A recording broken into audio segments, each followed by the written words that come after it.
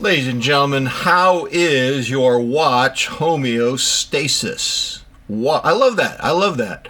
How is your watch homeostasis? Homeostasis, your equilibrium. My homeostasis is stable. Took a long time to get that way. Let's see, I have 5 watches. Love them all. I can't even get another watch because it will ruin my homeostasis. That's where I'm at. Maybe that will change. I don't know.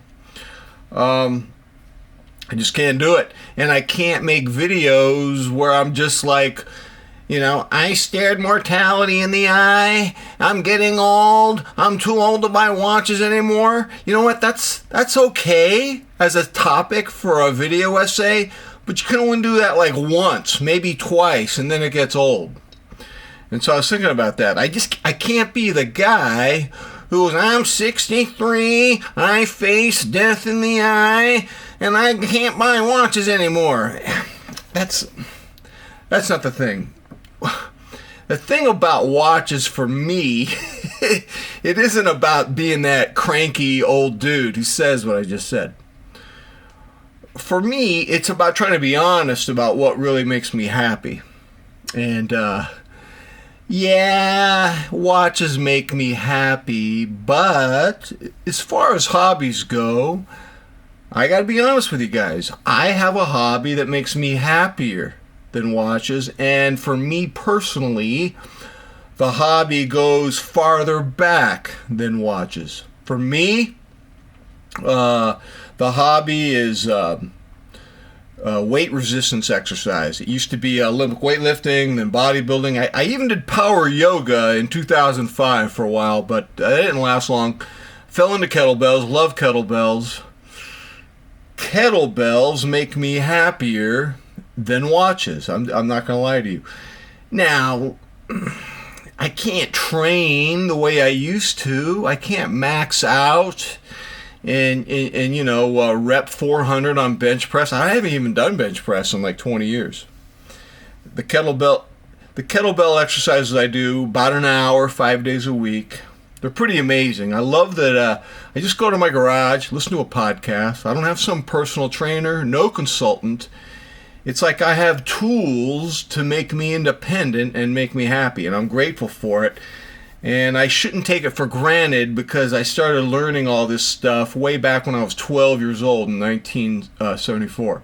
What's crazy is I love Arnold, and Arnold really inspired a whole generation of us to work out.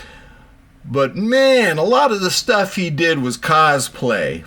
He would talk about how you had to train until you got sick and you just keeled over and got that was exaggeration. He was, as I look back on it, I love Arnold, but he was a performer and he engaged in a lot of hyperbole. And when you would open the book Pumping Iron, I think I have it over here. You would open up the book Pumping Iron, or there'd be photographs. He would always be about, he was training to failure, and I think the research shows that. That's probably, I love this word, deleterious to your training. It's deleterious to your training. Everything that I've read, the kettlebell master, Pavel Tusolone, did I say his name right? Belarusian special ops trainer. You should really be going about 80%. And for me, in my 60s, I can't train till failure. I have to be very sensitive to the slightest feeling of pain in my knees or my lower back. And let me tell you guys something just as an example. Goblet squats. I can do pretty good deep high rep goblet squats with 60. I notice if I do high volume with 70, my lower back and knees start so I gotta throw my ego out the window. So I do have a hobby. I plan on training in my 60s and 70s with kettlebells. Can I share something with you guys? I don't know what I'm going to do after that. It's too terrifying to contemplate. I know I can train into my 70s if I'm smart. And So, all right, I got to pick up my daughter at school. It's time. It's time. It's time? What the heck does that mean? Are you obsessed with watches, McMahon? Have you truly achieved homeostasis? Yes, I have. All right, ladies and gentlemen, tell me what you think. Until next time, I'm out.